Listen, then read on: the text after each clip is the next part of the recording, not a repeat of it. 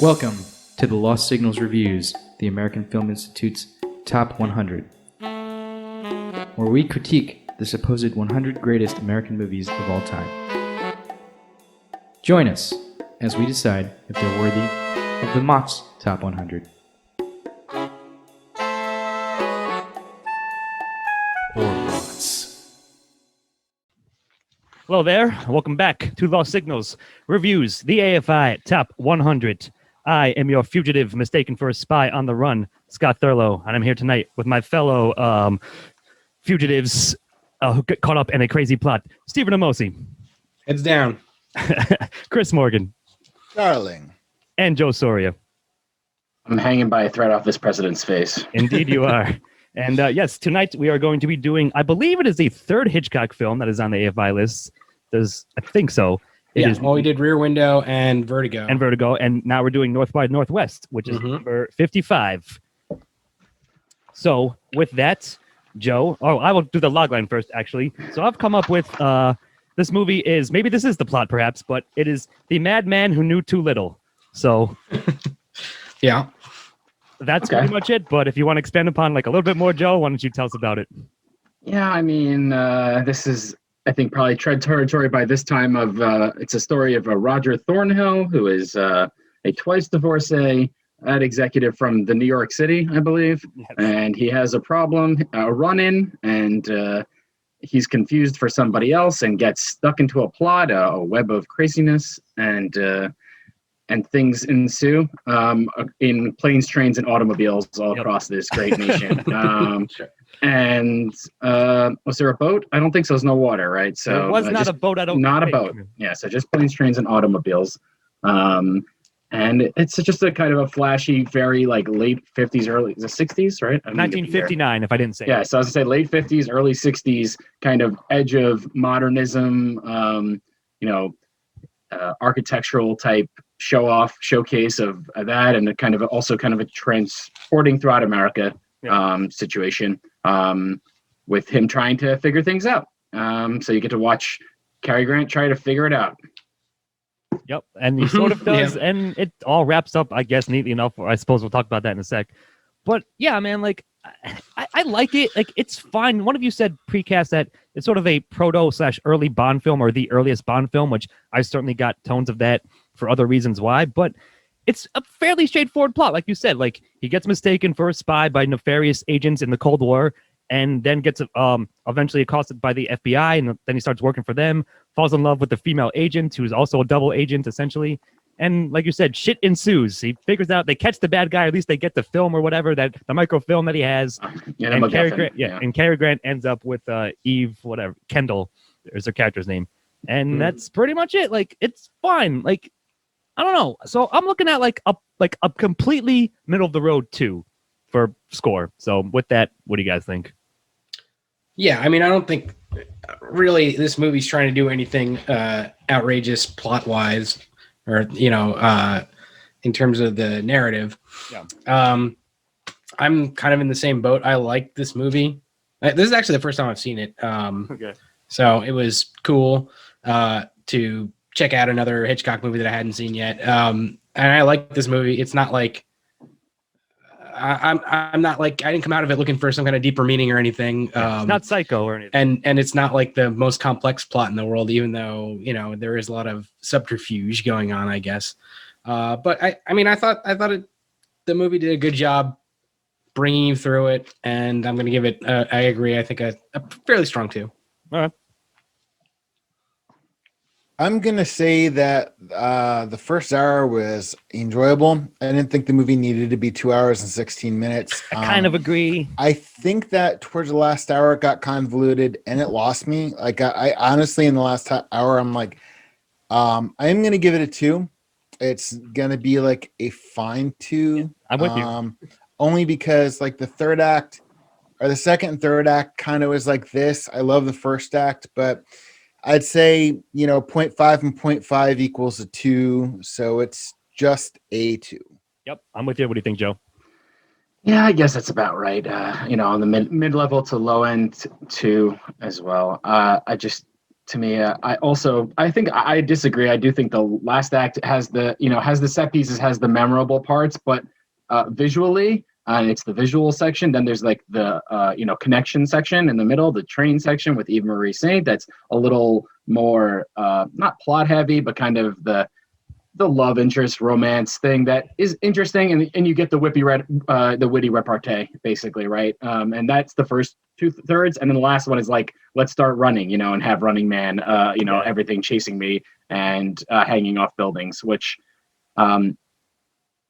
Don't forget the planes blowing up. yeah, don't forget anything blowing up or the crossroads or living at a crossroads. The style's there, but it's just I don't think I bought the much of the MacGuffin itself, which is the whole problem with the MacGuffin. And I think the movie, does skitter out all throughout, in my opinion. But I'm sure we'll get there too. So So you were going with a 2 as well on that? Two-ish, but it would be close to a 1. I think it has the regular story, and I think I'm trying to, like, on a historical level, not give it discredit from the 80,000 movies I've seen since this movie that are probably inspired by this movie. So, I'm giving it a 2 for an historical 2 is what I would call it. And there's precedent for that as well. What are you gonna say, Steve? I was gonna say, Really? I'm right on your page, Joe. Yeah, really quickly, I just wanted to say that I thought it was like the villain of this movie is like the worst villain ever, that he can't figure out that this guy isn't who he thinks it is, who is someone that doesn't even exist. He's supposed to be this evil genius. He doesn't even know that this fucking person doesn't exist. I mean, it's another added to the list of movies that can happen during cell phones. I mean, when we have these research movies, every time there's research and they're like, our research says that this guy is the most dangerous spy on the planet. Well, do a better research, or get Martin Landau to speak once in a while, maybe, or stop staring. I don't know what you want. Maybe you get a better crack team of researchers. Get Cary Grant's secretary. Maybe she can get some research done. Call some people. Yeah, she seemed pretty competent. She's the only one doing any fucking work in this movie. No one's working at all. I can tell you that. They're just sneaking on trains and not getting caught and hiding in bathrooms. Yeah, Cary Grant just takes several weeks off of work in the middle of this movie. Yeah, I mean, he's got drinking lunches all day, every day, apparently. So. I was telling the guys precast that when I saw An Affair to Remember, I thought the first half was wonderful and the second half just was nauseating. And comparatively speaking, actually, if I remember right, I like Charade, which is similar, better than this. Excuse me. But the thing about it is, the thing I loved about the first act is, and I don't know how much improvisation that Cary Grant does, Probably not a lot. but the thing is, he excels in those character moments, like with he and Eva Marie Saint, or with Deborah Carr in Affair to Remember, or with he with Katharine Hepburn in either Philadelphia Story or Bringing It Baby. He's just, he's charismatic, but he's got this line delivery. Sure. Like, he is in a lot of ways, a very comedic actor. His timing is perfect always. And Chris, this sounds like a protagonist section. Yeah, I'm sorry. No, rant. What I'm saying, sorry, Steve, you're right. It is. I'm delving into protagonist. Grant is good. Yeah, I was avoiding Mr. Grant the whole time. I think that's I'm actually speaking about the actor and the plot, because the first hour to me really plays to his strengths, and the second hour to me kind of feels like everybody's kind of walking through this. But do you guys, do you think these action scenes, like, there's an iconic scene behind Steve-O right now, right? That's the poster, right? But do you take action sequences, set pieces from 60 years ago and try to compare them to, the vibe of now, where, it has no feeling of stakes, and you put that dramatic garbage music on top of it, and you're just like, okay, cool. Like, this doesn't, he's not going to fall. I find action films overall pretty boring. Which is amazing to me, that the fact that I adored Fury Road, because that was like a ballet with cars and trucks. But what made that scene work, and what made a lot of the scene work was the non-action Cary Grant build-ups. Like when he was sitting there, when he's standing there after he got off the bus waiting for the other guy and he kind of walks over to him. Like, that's what made it. And the other thing that this film, unlike a lot of action films in the last 20, 30 years, the action didn't overstay its welcome. It was a point. It was about as long as it really needed to be. But after that, it kind of was just like, well, Cary Grant, they take him away from playing to his strengths, and it felt very plotting, because it felt like it's just like, okay, the second act, we kind of have to construct a plot. It's like when spies. They really should spend the next half hour, 40 minutes just being silly, like they were in the first, the first hour. That would have been a much better movie. Fair enough. Well, I feel I would say it's like a 1.5, but I'm going to round it up, give it credit. And yeah, Joe, to your point, I always give the benefit of the doubt to older films for things like that, because what do you want them to do? It's 7 years ago. They don't have the technology. They don't have the budget and stuff, but it still looks fine in terms of that. And I think the plot just limps over the line, if you will, crosses the state lines in the train for a 2 for me. And it seems like that might be the case for all of us. Yep. All right, so we'll call it 2s all around, and we'll move on to themes, and that'll be you, Steve-O. Sure. I guess this is this is a movie almost bereft of deeper themes. I think what is actually happening that's counts as a deeper theme. I guess you have the theme of the Cold War.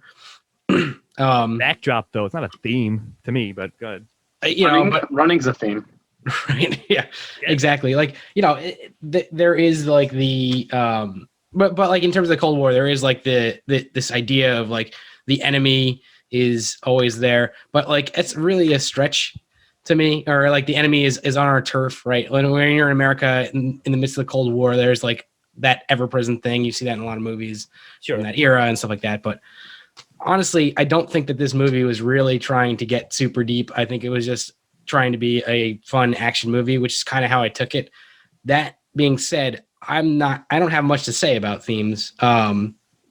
So I don't know if anybody has something much better than that to talk about. I would love to hear it and possibly change my mind. But as of right now, it's a 0 on my board. Yeah, Chris. Never get into a land war in Asia. Never get into an air war in Nebraska. All right. Deep. What do you got, Joe? Yeah, I was trying to think of a theme other than is mistaken identity a theme or a plot point? Plot point. Opulence, maybe, and veneers. That's what I was thinking. Where you have Eva Marie Saint's character, and you have him kind of people representing themselves as something that they're not. Right. So that's a version of mistaken identity or covering for yourself, but. Looking up the themes in general, very quickly, in the section on Wikipedia, it quotes Hitchcock Truffaut, which is a popular documentary or a recordings and a book that I read. Yep. And he says he was trying to do something fun, lighthearted, and generally free of symbolism permeating his other movies. So if we could go from the master's mouth, he's saying there are no themes in this movie. So I will also go with a 0. Yeah. Yes, I, of course, agree. What he just said seems obvious, and thankfully he backed it up. Like you said, word of God, creator says, just on sort of a fun action, spy thriller, yep. And you did that. That's great, but that means there's not really any themes. So, Chris, people can place their own themes on these things, but to me, it's everything has a theme, but these aren't any meaningful themes in my estimation. Yeah, I really actually like the idea of it talks about facades, and if there is a theme to this movie, even unintended, I think that's a pretty good one that you could really go and explore more. But I don't think it was super important to Hitchcock while he was making this. So yeah, it doesn't do anything with it either. So it doesn't it explores it, but it doesn't give anything into it. So right, yeah, no, I agree. It's mostly just a framework, a trapping to tell the story, and have the fun set pieces and stuff that you mentioned, and we'll discuss later. So yeah, 0s all around, and he wasn't intending to, so that's fun. All right. Yeah. So Chris, did you hold on? Chris, did you? He signed, I don't remember if he said anything. I'm giving his. That's he why I was signed going me a like 0. this. Yeah. Okay, gotcha. I got it. I marked it down, Chris. I'm on it. All right. So why don't you go on, Chris? In fact, with antagonist in North by Northwest. Our antagonist is James Mason. Motherfucker, James Mason. He plays Philip Van Damme. Van Damme. Of course he does. Yeah. Badass name. He was there. I enjoyed him as James Mason. I've seen James Mason play the protagonist and the antagonist, and I don't really get much of it. As I've said before, and maybe implied, I don't really get a lot. I don't get a lot plot-wise from the end. There was something with the Cold War and the microfilm. I don't know. It never really captured my attention. So while I really like James Mason a lot, I wouldn't even say that this is one of his better roles. But to be honest with you, it's one of these films where I got lost in the details. So if you ask me what the motivation was besides getting a microfilm and the statue and that there's something with Cold War in this, I don't know. So I'm going to give him a 0. I mean, I really cared less about what his motivations are than what he and Martin Landau did on screen at any given time. Because I'm a fan of Landau's too. Sure. But I didn't really get much of anything from him. So I'm giving him a 0. Right. I'm gonna wait to go last. So Joe, see if one of you guys go. I actually really enjoyed him, like in much the same way, I guess, as you, Chris. Like I like James Mason as an actor, and I think that he hammed up this part quite a bit and like was clearly having fun with it, as Hitchcock clearly wanted like the feel to be. Was he ever like really a concern as a antagonist? I mean, I don't know. Only kind of like right in the beginning, actually. I think when he has him in the room, and like when at the moment when at the end he has his goons like pour whiskey down the guy's throat and try to drive him off a cliff. That unfortunately, I think that's when he was at his most like terrifying as the villain, to be honest. Sure. The rest of the time he's just kind of hamming it up with whoever he happens to be on screen with at the time. Which, don't get me wrong, is a lot of fun, but I don't know if it makes for a super effective antagonist. So I'm probably going to give this a 0, but I definitely want to hear what you guys have to say. All right. Good, Joe. I was trying to think of a way to describe this, and the only way I would go with is if the Batman villains only had the henchmen, and you had one of them was Austin Powers' boss. That's pretty much like I was convinced it was the same person. Then I'm like, they're probably around the same age, so that's impossible. But I'm guessing that's where the takeoff comes from and the Bond stuff. I mean, we can talk into other references, and that's my favorite parts of these type of movies is watching them like, oh, that's where that reference came from. And then when they make like a Spy Hard type scene, or a Big Lebowski type scene, which was my favorite reference, I would say. But there's nothing here. The only other villain character or antagonist I'll throw out there is the one scene that I kind of liked where they went off and went to the CIA or whoever it was, the FBI, and they're talking about he's in the shit. Are we gonna help him? And they're like, no, let's just let the shit play out and see what happens. So that seems pretty antagonizing to me, that the CIA knows they're going after him and just saying, let's see how it works out, because he stepped in it. Like the trick's working, but it's working so well, we'll just let it keep going. So it's very like Coen-esque plot point of like, well, we'll just see where this goes too. I was gonna say, I kind of forgot about that scene. It's such a weird like cutaway moment that like doesn't even come back into the movie for another like 45 minutes or an hour after that. No, it's supposed to explain like why he's not getting any help. Like they know. They just drop in this like scene of exposition that's like in a completely different like setting, and then go back to the movie and like you don't talk about that scene for another like hour until like they end up coming back. But it doesn't feel that out of place. But I totally get like where you're coming from for sure. Well, it's like it depends how you consider POV, right? In these movies, usually the POV is the Bond character, whoever is the main character. In this case, you're literally leaving his POV and we're becoming omniscient, which rarely occurs. Yeah, so it is a departure. It's very, very, very weird. And I don't know what I didn't think of it too negatively because it at least makes you not frustrated every time they show an empty room. You're like, where the fuck is this guy? You know he's not going to be there then for the rest of the movie, and then it makes it a little bit better. It doesn't make it much better, but it makes it better that how can he show up in Rapid Falls, Ohio, Iowa, or whatever it is, Rapid Falls, Rapid City, and you can't find this guy. There's no one in this city. There's no one in this place. Just find the guy. So I don't know. No, I mean I get it. Like zero again. That I didn't give you my number, but I got you. Yeah, 0. Yeah. I got you. Like you're right. Like I mean, it's a little jarring that like it cuts to like you're at this now. Now we have as the audience, we have like omniscient information that would be helpful to the character. So like it's a little odd there. Maybe that goes in the style, but I see that point. But I don't know. Like yeah, I love James. Like James Mason is so good, and as I said earlier, he's like up the proto Bond villain. He's got that like sinister like British like menace to him. Like it's so fucking perfect. But you're right. Like I'm trying to take my bias blinders off a bit because Steve-O, he's menacing like early on, and then he's sort of like incompetent. Like he can't catch this one idiot guy who like you're like doesn't really know what he's doing. Like and you're right, Joe. Who if he was a like I guess turncoat spy worth his salt, he would know that he's not the guy he's looking for. Like I don't know what to say. So he has the whole chance the whole time to actually do it with her. She's there. Sorry, Chris. Go ahead. No, yeah, that's I weird. was just gonna say. Because even the whole scene with Martin Landau at the end with the gun, he's got his hands. And if you're not watching this on video, I'm holding my hand behind my back pretty obviously. Yeah. How does James Mason not be like, hey, Yeah, it was again a bit stilted for sure. He doesn't actually shoot him, so it doesn't really matter. But I noticed that. Yeah. Got to prove that point, But I don't know, man. Like I was almost good. Sorry, you good? No, I'm sorry. Good. I'm just saying, like, I was almost going to give this a 1, like, sort of coming into it, but I know that it's my bias. Like, I just love him as an actor, and I think it's a good role for him. But within the narrative as an antagonist, or even, like, sort of the embodiment of, like, the Red Menace, if you will, right? Like, they're fighting the Cold War, and this is how it's being fought. Like, okay, sure. But again, like, a lot of the details just don't quite connect. A lot of his plan, a lot of his, like you said, motivations, one of you said. So, yeah, like, I think I might have to agree and lie at the end of the day on maybe a softer 0, but still a 0, as much as I like him as an actor, and the character was fine for a bit, but then sort of fell off. So I will follow suit with a 0 as well, but a bit more reluctantly is all. So real quick question. Did you guys get like a kind of like slight Peter Lorre vibe off of him, off of James Mason in this movie? I mean, I wouldn't know until you mentioned it. And like, sure, I guess like I could see it, I suppose. If I did, I would have liked it more, probably. So. Sure.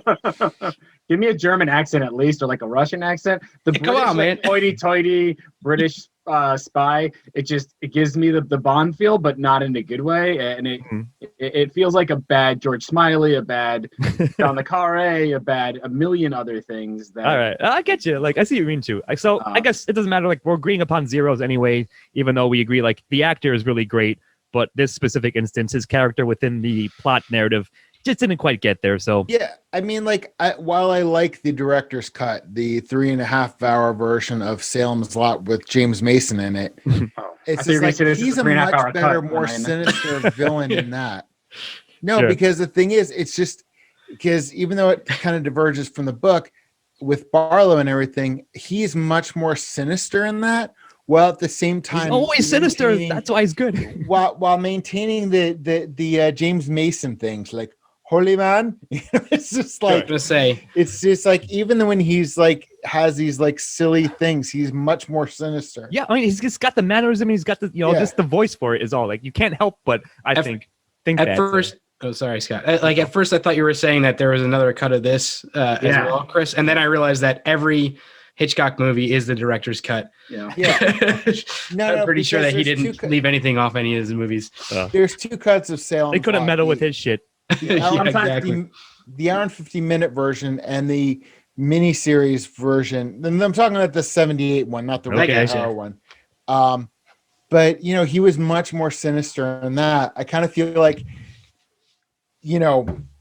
that's what they were trying to go for, and this movie's kind of tonally all over the place. I think that's part of one of its problems. And that's why we gave themes a 0 too. Kind of. I was gonna say if there was a director's the director's cut for Hitchcock is he makes the movie again, which he did do at least once, if not multiple times, and then recur the theme. I can't even remember what the villain did. Like, he was there. Yeah. That's it. So at that point, it becomes an antagonist for who is he antagonizing? He doesn't even meet him the whole movie. He doesn't even know he's affecting him in any instance, or it's like a puppet master with no strings whatsoever and no action. And they're just like hanging out in a room waiting for him to come by. Doesn't make any sense. Yeah, I don't know. Like, I again, things are generally agreeing. Like, in this case, that's just how it falls. And for better or for worse, we're giving it a 0. So there it is. And I'll also move along to protagonists, I suppose. So Cary Grant versus Jimmy Stewart, 10,000 times better. As anyone who you guys know, at least Chris and Steve know, and anyone who's listened to a lot of our episodes know, I really, really dislike Jimmy Stewart as an actor. He's doing an amazing accent. I fucking hate Jimmy Stewart. He can go fucking jump off a cliff. Right, so thank God he wasn't in this film. So I'm just saying, like, it's already like a sort of tick in its favor. And I feel like Cary Grant as Roger Thornhill, like, is pretty good. Like, he's an everyman, right? You just referenced, Joe, like, yeah, that was supposed to be my logline, The Man Who Knew Too Much, right? Like, that's like another Hitchcock film, I believe, that's basically about spies. But anyways, like, in this one, I think it's fine. It works because, yeah, he's a, drinking divorce ad exec in New York who gets sucked into this Cold War spy plot and, like, does the best he can to go along with it. Ends up being, like, kind of good at it, or at least, like, learns how to survive in it, at least. So, and I think you're right, Chris. A lot of it is Cary Grant's charm, and, like, it ties into dialogue a lot, I would say, sure, and, like, the script as well. But, like, his interactions, especially with Eve and, like, even with the FBI guy and stuff, like, he just has that, like, dry snark wit to him. You're right, the timing is, like, spot on perfect, all his interactions, and even, like, how he, like, figures out what he's gonna do to, like, escape and stuff.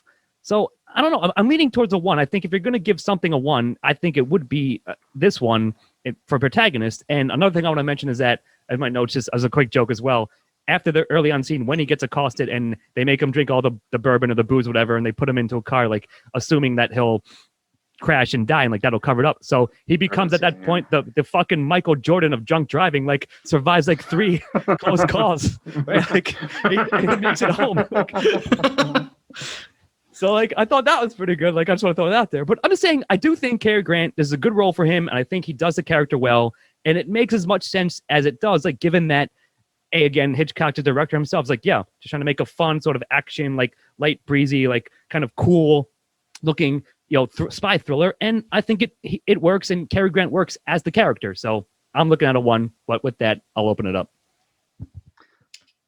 Yeah, Joe. Yeah.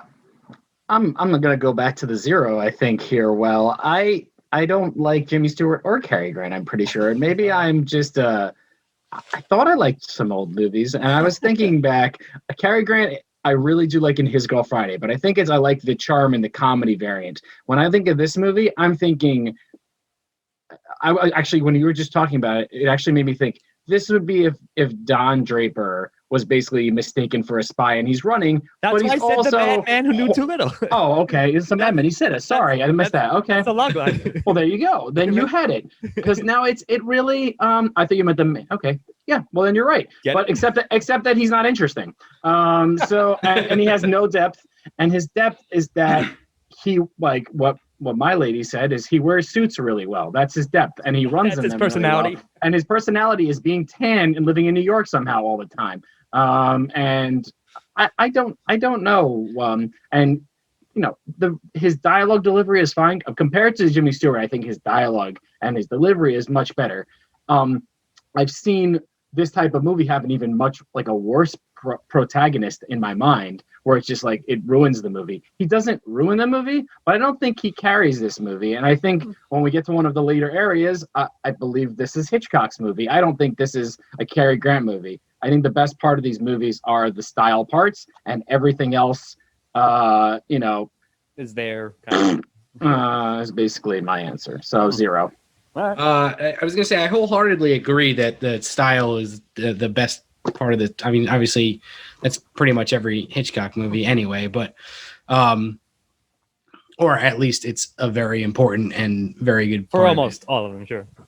Well, he's got a great crew of people, so I don't want to say that's Chris's. That's what he wants. So I'm not going more than that, except to say that part of it, right? I will, yeah, but like I will say that I did enjoy Cary Grant in this as Thornhill. I thought he could have been better, but I think he was good enough for a 1 for me in terms of kind of his easy charisma and like his easy patter with like the other characters. I thought he did a pretty good job of making himself like, you know, you have, as you said earlier, the witty repartee going on between characters, and I enjoyed that enough to give his character a 1 for those reasons. Also, like you said, Joe, I think he could have been certainly better. But Scott, I think I do agree with you that he was good enough for 1. What's your take, Chris? I'm with Joe's camp. I love Cary Grant. And again, I'm so glad one of the 4 of us saw was it His Girl Friday? Oh, His Girl Friday is one of my favorites. Yeah, I love His Girl Friday. Love that. And I just think he's great. I think he works really well with the comedic dialogue. All my praise is to Cary Grant, his character. Not so much. So I'm giving it a 0. That was my thing about his character. Yeah, is a blank slate for me. So I'll give Cary Grant 1, but his character for narrative purposes, I'm going to give a 0. But Roger Thornhill's getting the thorn, you're saying. So it's interesting. So we split it. And like, the thing is, I see your guys' point. Like, I guess it's just, you know, a quick matter of taste bias, right? You're saying, Joe, he can't carry the film. I think he carries it just enough for a 1, but I think it's close. My thing is he doesn't have a lot of agency. He's kind of just riding the rapids for. Yeah, then he sort of gained some towards the end at least. So I don't know. But I mean, I think it's telling that we're splitting it because I think you could call it either way, and we are. We literally have done that. So we'll move on regardless to all the other characters, the secondary characters, and that'll be you, Joe. Oh, that's me. I already forgot that I was doing that. You know, I don't. This one I'll give this one the 1-ish. I kind of like some of the characters. I kind of, you know, I'm going back and forth.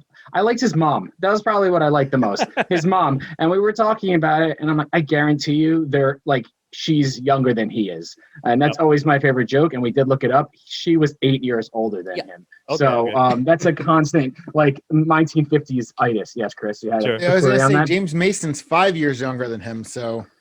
Yeah, I mean, there's always this thing where the leading man, and he's twice divorced, fine. I like that she's like kind of like, you know, shitting on him. I like Eva Marie Saint, probably is the one saving grace of this movie. Oftentimes, those scenes are dynamic, and and for the interactions. Everything else, the movie, I really just felt pretty flat. You know, I forgot about that bourbon scene, but that's just another one where it just is like getting hit on the head with, you know, like schlockitude. It really is kind of flabbergasting sometimes. You know, I think, yeah, I'm gonna go back to the 0. Actually, I don't want to end up with this movie being a 0, or we have a 2 at least in the top. So, you do. But you know, maybe that'll have to get reverted after all of this other stuff. It doesn't seem like how you could have a 2 and then have not like any parts of the movie, but. Yeah, the mother. Is there anyone else? I mean, yeah, Martin Landau doesn't speak. The secretary. The secretary does a good job, but I don't think she's good in them. I don't remember her doing anything. I mean, she's only kind of in the she's beginning. there for like 2 minutes at the beginning. Yeah, all right. You know what? And Alfred Hitchcock going on the bus. That's big. So still a 0. Yeah, 0. Hitchcock is bae. Yeah, Chris. I'm going to give it a 1 for one reason only, and that's Eva Marie Saint. Her character, at least had the most agency in the film, in that she was the one who saved his ass. I mean, you really wasn't sure where she was until, you know, towards the end was kind of nebulous. But I thought that of all the characters, she was the one who actually had the most gravitas. I mean, she had the most agency. I mean, I feel like the story was constructed where everybody's kind of like riding the rapids, so to speak. I didn't really get much from the antagonists, but her character seemed to know what was going on until the end where the high heels got into the way. I noticed that. You know, on the thing, I felt like she carried a lot of the plot. So I'm going to give it a 1 only because of her character. Okay, good, Steve. Yeah, I mean, I agree with that. I think that she had as much of an arc as, Cary Grant Thornhill did in this movie. Now, that's not saying that he had a huge arc either, but Yeah, and arc. I think that you saw a lot from her character. I liked his mom as well. She was probably the second strongest supporting character. Everybody else doesn't really matter all that much, but you have the two like henchmen who are just dumb. Like I mean, whatever. They're just like nothing, you know. Martin Landau's character, they're basic all Bond right, henchmen. And so like there's other characters there. I didn't hate any of the secondary characters, and I think there's at least in the form of Eve, there's at least one that's pretty good. So I'm gonna go ahead and give this a 1. Yeah, All right. Yeah, you can give me a 1 too, Scott. Yeah. I'll revert on. Switching back? Go back Okay. to you. Yeah, I'll give Eva, the ladies, a point. That's what I'll give. Yeah, men get 0 and the women get a point. There you go. I'm doing the same thing. Like, I think she was the most interesting and dynamic supporting character with, you're right, Chris, like with a lot of good agency attached, especially because like, on the surface, especially for films at the time, it's like when you see her on screen, like, oh, hi, I'm your femme fatale for the evening, right? Like, that's basically what you're expecting. Like, she sort of is that, but then at least, like, you understand, like, she is part of the FBI or the CIA, whatever. She's a spy herself, and she knows what's up. She knows what she's doing, right? So I do like that. I like the professor too, like the older guy who, like, I guess is like basically her handler, like the handling of this operation of this thing of trying to catch James Mason's Van Damme, right? And like, his mom is fine too. Like I think they all fell out the world. Now, are they amazing characters like unto themselves? Not necessarily. Do they have arcs aside from Eva? Like, no, but it makes sense, at least to me, the world. And for all that, but especially her, I'm going to give it a 1. So I'm just saying, like, I think perhaps that might be like a good. I like that you switched, Joe, because I think she at least does deserve a 1 here, and I think we're all mostly giving it a 1 for that, and maybe for a couple other here and there. What's up, Chris? I was going to say, consider this maybe my political bias, but I mean, she was much more competent than the CIA. So, I mean, I know that might sound like it's damning with faint praise, but I mean, especially at the time, the fact that we had a CIA agent who until the high heel scene at the end on Mount Rushmore really had a firm grasp on what was going on, even more than her handlers were. So yeah, I did think her character was the strongest out of everybody. Right on. Agreed. Looks like we're giving it all 1s across the board after we talked it out. And that will bring us to dialogue. So go ahead, Steve-O, on that one. Dialogue. I thought it was pretty snappy. I enjoyed the dialogue of this movie. I don't have a ton to say about it. There's, and I think we've already talked about it a little bit, but I enjoyed it. There wasn't like dull moments in terms of the dialogue. I didn't think. There were a couple scenes where, as we mentioned earlier, like as I talked about earlier, the scene where they like just drop right out of the plot and like go into the CIA like headquarters was kind of weird, but I don't know. I wouldn't count that against the dialogue. I don't think that's more of a stylistic choice. So I thought it was fairly strong, and I'm going to give it a 1. I don't know, man. Like I was a little iffy, I guess, because it's fine, it's serviceable, and as we said, Cary Grant delivers his quite well. But I thought you might say, Steve, or maybe Chris as well. Like there were some like. It's because it's 1959 where there was these iffy, like cringy-ish, creepy, possible-ish moments between him and Eva. Like Eve, because he's like, she's like, oh, you're gonna kill me? He's like, well, I might still do that. She's like, oh, why don't you? Right? It was like something like that, and like it's a little like, but I get it, and I'll give it maybe a pass because otherwise it's fine. Like, and yeah, some of it can be exposition-y, but doesn't feel too much like that, if that makes sense. Like it wasn't too like sprinkled on, if you will, like too in your face about it. So for the most part it works, even though if I think there are some interactions that are just dated, I guess is the word I want, and that's just can't necessarily fault the film, but it is there. But again, by and large, I think its service will be fine, so I'll probably end up giving it 1 unless you guys have some crazy argument to convince me otherwise. So go ahead.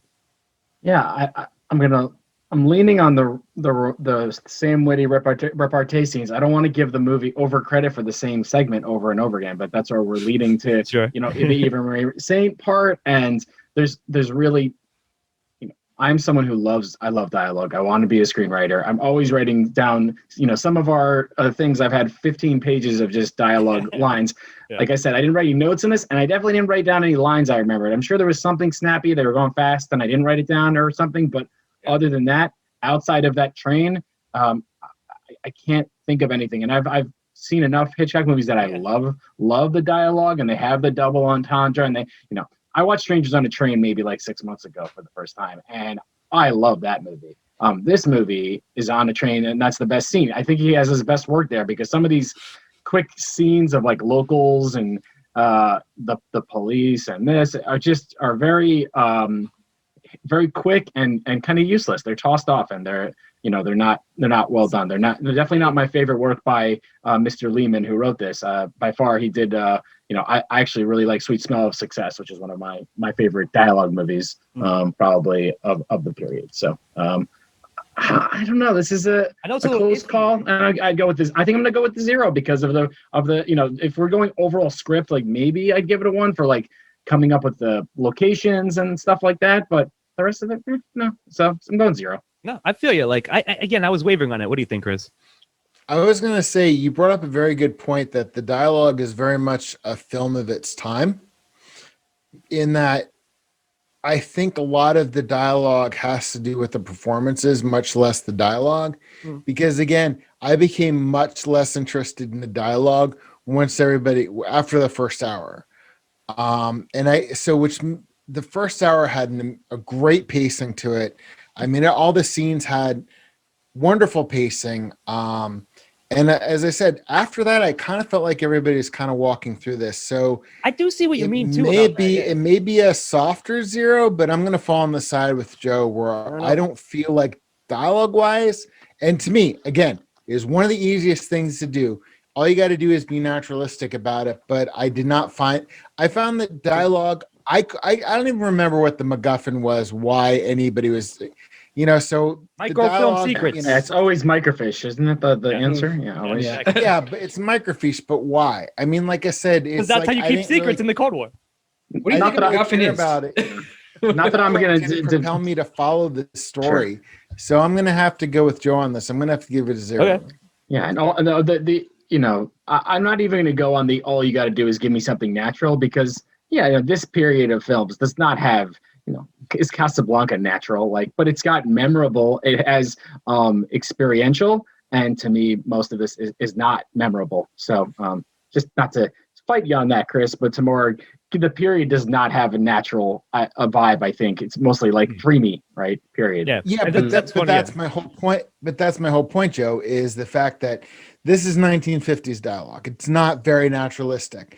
But you compare something like this to All About Eve, where I was captivated and compelled by what these people were saying, even if they're talking about something really bland. And this one, it's just like the dialogue was just kind of there. It was kind of like wallpaper. No, I'm with you. I guess we're splitting the difference, which I guess, again, it makes sense to me because I can totally see it both ways. And Steve-O, you definitely mentioned when we do films of this era as well in the past, we're like, it's going to be almost automatically wooden, as you guys said. And Chris, yes, you are the most forgiving in dialogue. So it's a bit telling that you're like, in this case, it's just not quite enough, and totally get it. All right. So split C's on that one. And in fact, that will bring us home to perhaps the standout aspect of this film and what Hitchcock is known for, style. Chris, take it away. Bernard Herrmann's score is fantastic. It's a good score. I mean, the overture for this thing, really, I spent the afternoon flipping between things because there's this era of music. It reminds me a lot of Bernstein's overture to Candide. That's immediately what I thought of. So I was doing a comparison. I'm not saying it's derivative because they're different, but with regard to orchestration, with regard to themes, I just absolutely adored the score. I mean, the overture, which was repeated a lot. I mean, this era, Bernstein, Berman, Bernard Herrmann, John Barry, there isn't always a big diversity with themes, but it's the quality of what is there is just magnificent. I mean, this is one of my, I mean, the music to this, the main theme to this, the overture is one of my favorite things. I mean, the second that this movie made me care about it because of Bernard Herrmann's score. I mean, I'm going to leave the rest of it to you, but I cannot pile in enough praise on Bernard Herrmann for this score. I know he gets a lot of kudos for Psycho, and I'm not going to diminish that, but You can get credit on both. I just absolutely adore this score. I mean, he just knocks it out of the park in such a way. It is just, I mean, it is so indicative of this era, but yet by the same token, Still works. the movie. I found something on YouTube where they actually had the score while they're playing it, and the thing's in 3/8. And I don't know if this means anything to you, but I was just like 3/8. So I'm counting along with it and watching the score. I mean, I just absolutely cannot say enough about it. This is getting a resounding one for me, and I'll leave the rest of it to you guys. But musically, Bernard Herrmann knocked it out of the park. Absolutely loved it. Giving this the strongest one here. All right. And it's Yes. because of him. Sorry. Musical boner. I got you. Well, I think Joe would also like to speak about style seconds. I'll let you go. Sure. I mean, this movie is again on the one thing most of these AFI movies have in common is they're beautiful. I mean, I think that's where they lean. These are cinematographer movies. Maybe it's the few that we've done. Obviously, Lawrence of Arabia is a big one. And if you hadn't done that right before this, you probably might even be more impressed here. But this is still, everything is really, all the touches are nice, but all the shot are great. I was trying to find, I don't know how they used to call back then, but whoever, scout locations or location designer, whoever, this is pristine. I mean, these are the beginnings, and these are kind of showcasing New York City, as it's building up. Early skyscrapers, the UN we're forgetting, these great glass monstrosities and the first skyscrapers, and the costume design. I know that the suit is known as the iconic suit, and the hers is all Bergdorf Goodman, and there's some necklace. We're like, oh, that must be some fake necklace, and we looked it up, and it's the most expensive necklace in the world. So nothing in this is fake. It's actually all real, and you can feel the real part of everything else. That obviously the train they're not filming, but a lot of it is on location. Mount Rushmore on location. That house, they built it just for the movie, like Parasite. So there's a lot to appreciate about the crew and everything that goes into this. And even the touches. And I mentioned a couple times, but I don't even remember what scene it was. But I remember that they had written down a little piece of written a phone number down on pad, and then the next thing that's a Jackie Treehorn scene. Yeah. That's a Jackie Treehorn scene. And they're gonna scratch it. I was like, where's the dick? Yeah. Where's the dick? So I was like, and he looks like Jackie Treehorn too, if you think about it, like a fucking tanned up dickhead. I don't know, but that I'm just trying to think if there's anything else, but that opulence, every other piece of that, and it's sharp. So I'm gonna give style as a 1, and Hitchcock doesn't let go on style, and I'm giving him credit, not too much on direction. The movie's good. He does everything that he's supposed to do, he does well. Except for the screenplay, which is, it's up to him to make it better, but it's a studio system. They're blowing out movies. Not every script's going to be a 100. So, 1 on this. Yeah. I mean, I've said this before, Hitchcock, I don't see how you can ever give him a 0. And you're right. A lot of that work possibly is the crew. Let's give them all credit as well. Cinematography, scouting, like you said, locations are indeed great. I like a lot of the cuts, the transitions from scene to scene, from location to location. And yeah, it's all very crisp and it works. And it's probably, if not the best part of the standout aspect of North by Northwest. So I'm giving it a 1 as well. Steve-O, what do you think? I imagine you might, but you got to say it specifically. Yeah. I mean, obviously, I agree. It's Hitchcock movie. The film looks great, sounds great, as you guys have all mentioned. I wanted to mention one shot that I really loved and kind of reminded me of Vertigo. There's a shot from above these whatever building Thornhill is in, where he comes out and like you just see this like very high top-down shot, and that was the most Hitchcockian shot I think in the movie, and like that's one that kind of like burned itself into my brain from watching this. But it gets repeated. It gets repeated too in the end where he's overhead in the plane, because they're actually giving you a preview of the plane part, and then that cross. That's right. Yeah. Which is kind of the callback to that early one and why they absolutely. Yeah, good call. But you have the standard, these really memorable set pieces that kind of like, obviously the running from the airplane, the plane, sure, climbing all over Mount Rushmore, all this stuff. So yeah, I mean it's great. It's probably the strongest one of the set, and I'm gonna give it a 1. Yep, I'm with you. All right, one's all around on style, indeed. All right, so I'll bring it home to recommendation. A little like, I guess like it's fine, sure. Like I'd recommend it, I guess, more than I wouldn't. But I'd also be like, it's like the least, like bottom tier Hitchcock for me, at least. But it's still good because it's Hitchcock, just not the best. It's not Psycho, it's not like even Vertigo. Even though I still hate Jimmy Stewart, like I still think Vertigo is a better movie overall. So like soft one, but I could totally be convinced. Like I could also be like, you could watch. I could easily just name 4 other Hitchcock movies that could be watched before this one. So I'm still kind of wavering. So what do you boys think? If it weren't for High Noon, Lawrence of Arabia, and All About Eve, I'd probably be on the recommendation, because it is cinematically, it is part of the it is part of the zeitgeist. There's a lot of memorable things, but it's just like sure. Watch it, but it's not like where it was like All About Eve or High Noon or Lawrence of Arabia, which I had seen before we do this, where I was just like, oh my God, I want to recommend this movie that's been around forever. I really am just really excited about it. I'm not really that excited about this film. I feel that. Like, I get it, dude. Can I ask? It's nothing wrong. It's a fine film, but it's nothing that I'm going to run out and, be like, sure. You've got, I just watched High Noon. It's amazing. Or not High Noon. See there, I'm replacing it with another film I like better. So I'm going to have to, it might not be a softer 0, but it's a 0. Okay. So. Go see it. Yeah, I'm going to give it a 1. I think it's a fun movie to watch. I wish it was a little bit shorter. It would make it easier to recommend, but, exactly.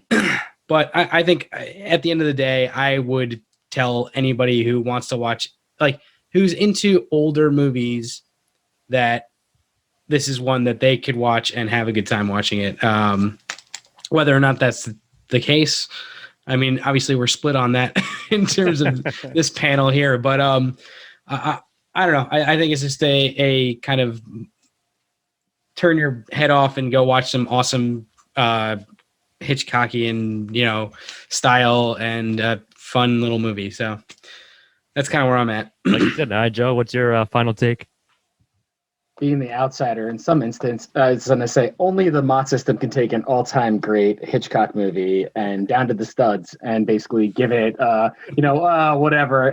It's a minor piece of the 500, 50 movies. It's probably considered his like top 3 by 99% of the public. So I don't know if this is the flaw of the system or how the ranking. Because we're the again, 1%. we're going back to the part of, if you're giving me style, I'd be able to throw this up a little bit. We're leaning on all these portions of this movie that are not the strengths of the movie in the system. So if you're someone that likes to look at like the historical looks and some of these historical buildings and some cool shots, this is for you. A nice little action piece that you can understand what they're saying. Some of these early Hitchcock movies are very, a little scruffier.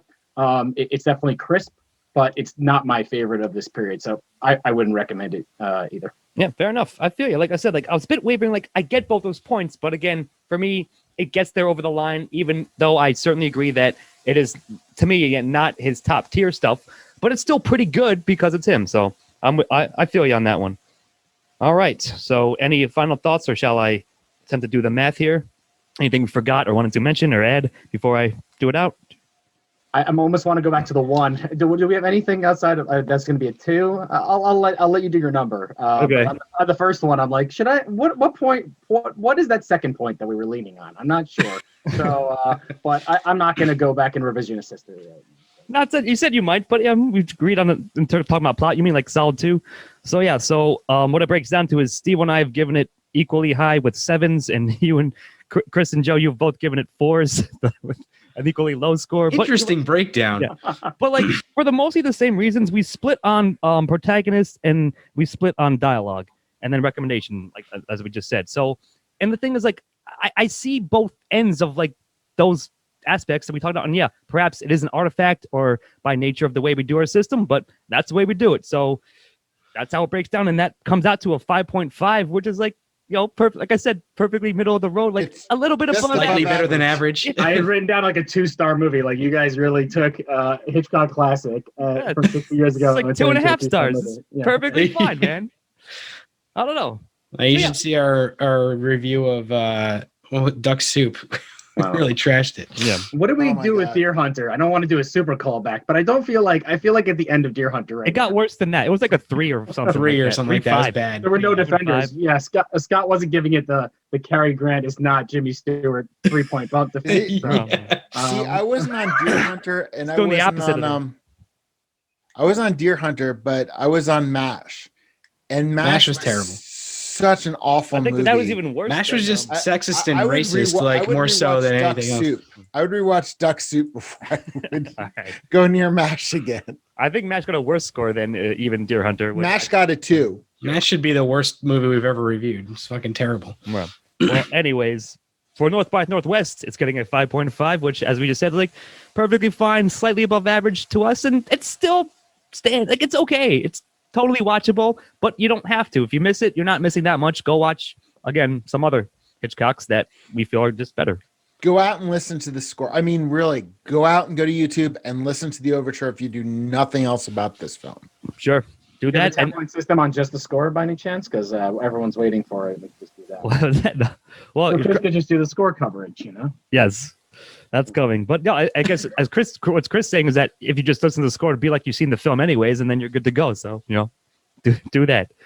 But We should I just think play the score over us talking in this entire episode. Sure. It'll be good to go. the rights to it, play 20 seconds or whatever.